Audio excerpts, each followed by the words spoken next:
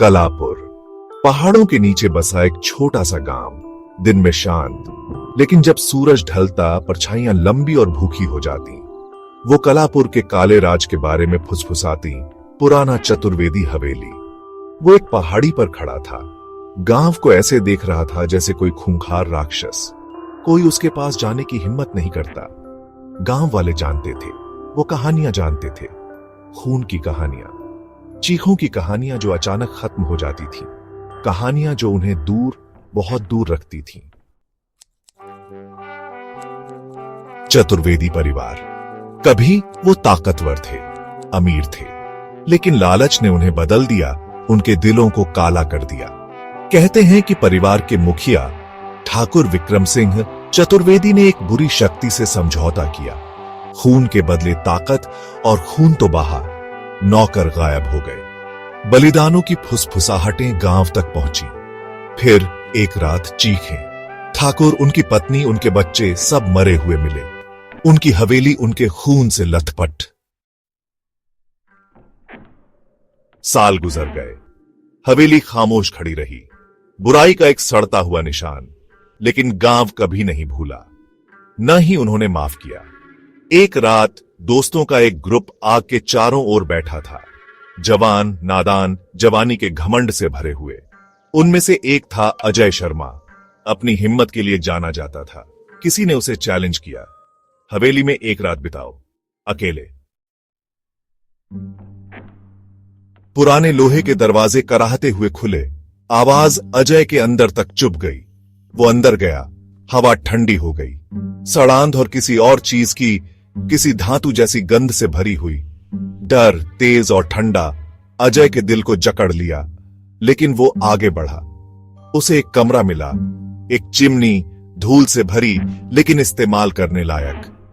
जैसे ही उसने आग जलाई, उसने उसके ऊपर लगे चित्र को देखा। एक औरत, उसकी आंखें मानो उसका पीछा कर रही थीं। और फिर उसने कसम खाई कि उसने वो सुना। एक चीख, धीमी लेकिन दर्द से भरी, चित्र से आ रही थी। भाग 5। जब बुरे सपने हकीकत बन जाते हैं। थकान ने अजय को घेर लिया।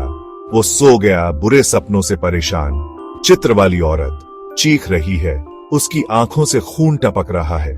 वो हाँपते हुए उठा। आग बुझ गई थी, कमरा ठंडा था, और फिर उसने उसे देखा। खून जमीन पर, दरवाजे तक एक निशान। दहशत उसके अंदर दौड़ गई। वो भागना चाहता था, लेकिन कुछ उसे उस निशान की ओर खींच रहा था, जैसे कोई अनदेखी ताकत उसे उसके विनाश की ओर खींच रही हो। भाग 6। लाल रंग की साड़ी वाली महिला। वो उस निशान के पीछे गया। वो उसे दालान के आखिर में एक कमरे तक ले गया। दरवाजा ऐसे खुल गया जैसे उसे अंदर बुला रहा हो। टूटी खिड़की से चांदनी अंदर आ रही थी, और वहां कमरे के बीच में एक आकृति खड़ी थी। एक औरत, लंबी और पतली, उसकी पीठ उसकी ओर थी। उसने साड़ी पहनी हुई थी, एक लाल साड़ी, उसी रंग की जिस रंग का खून जमीन पर लगा था, उसी रंग का खून जो उसकी आंखों से बह रहा था। भाग 7। एक भयानक खोज। तुम कौन हो? अजय की आवाज सूखी और कर्कश थी। औरत घूमी, उसका चेहरा मौत की तरह सफेद, खून के आंसुओं से भरा था। उसने अपना मुंह खोला जैसे कुछ बोलना चाहती हो, लेकिन कोई आवाज नहीं आई, बस एक धीमी, गमगीन चीख। अजय डर के मारे पीछे हट गया। वो चीखना चाहता था, लेकिन डर ने उसकी आवाज को दबा दिया।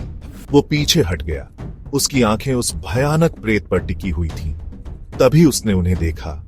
लाशें, औरत के पैरों में पड़ी हुई, उसके दोस्त, उनकी आंखें डर से फैली हुई, हमेशा के लिए अपने आखिरी पलों में जमी हुई। भाग 8। श्राप कायम है।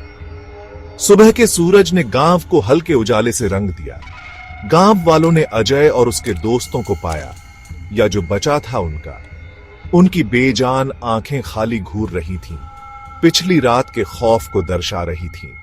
खबर जंगल में आग की तरह फैल गई। गांव वालों ने फुसफुसाया, वो हमेशा से जानते थे कि हवेली श्रापित है।